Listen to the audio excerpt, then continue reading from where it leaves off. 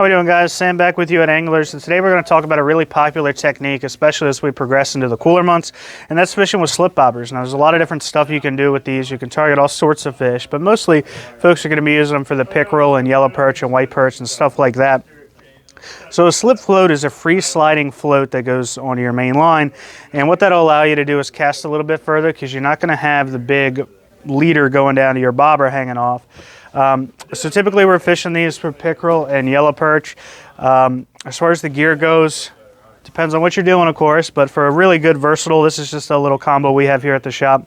It's a 6'6" light Triumph from St. Croix paired up with a little 1000 or 2000 size Daiwa Revros. So if you have braid on it like we have on this, you're going to want to tie a leader of some line. So if you're doing pickerel fishing, I usually do 12 or 14 or 15 pound. I'm doing panfish, I'm usually going to do a 6 or an 8 pound leader. But I'm just going to do a simple uni to uni knot here for this, which is you're going to take about 10 inches of line and make a big X with them. And then you're going to pinch this side, and you're going to do a little uni knot on this side. This one we're going to do a few twists.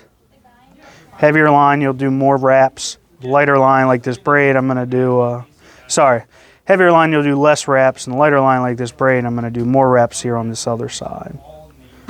Probably try and do close to 8 or 9.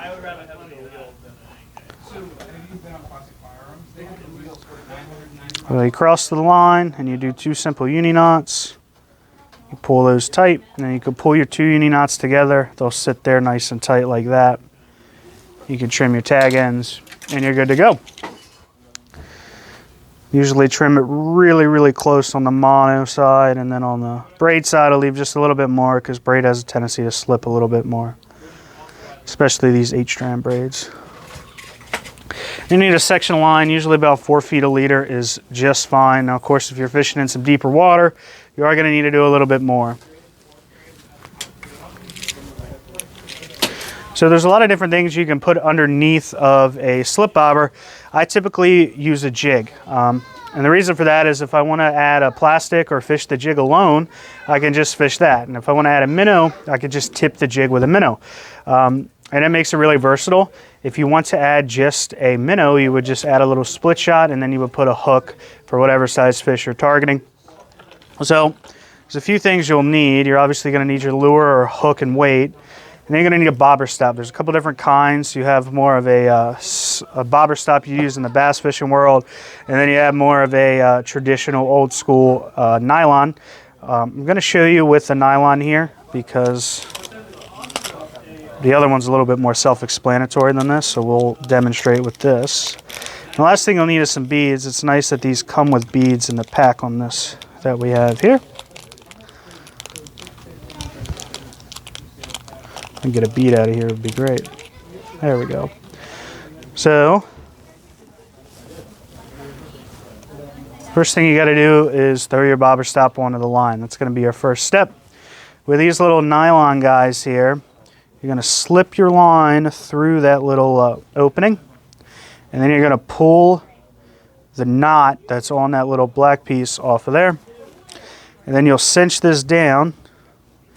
And there you go, that's going to act as your bobber stop. And then you're going to slide your bead on. And that'll prevent the bobber from sliding up in. So just adding a bead, which might be the thinnest bead knot I've ever seen. And then you will take your bobber, slide that in with the weight going down, so you're going to go through the top. And how this will work in the water, so wherever you set your bobber stop to, when it hits the water, it's going to float up to there. But your weight or your bobber is going to slide down to your hook. So you don't have some big, long tag in. You can actually reel all this through your guides and cast with it. So then you would just add your little jig on this. This here's a little VMC 1/16 bucktail. One of my favorites for some bigger perch, but also great for pickerel fishing. Tie whatever knot you'd like. I'm just going to do a simple uni knot here.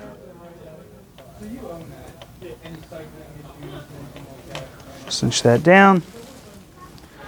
Trim your tag. Now anything under 1/16 of an ounce, I like to tie a loop knot because the action can definitely be dragged down because of it. So that'll slide down to there. You can take these, and I'm usually going to trim these. You don't have to trim them, but it might tangle less on your main line. Just trim those tags on your knot. And there you go. You can either tip this with a minnow, you can work it as a jig itself underneath the bobber, and you can adjust your length here. So you could go all the way up to here. If you had a longer leader, you could even go further up there. And now you can reel all the way up here and cast. And you're going to get a much further cast than you would if you had a big long leader hanging off of there. So quick and simple how to rig that up, and I hope that helps you guys out a little bit. Thanks.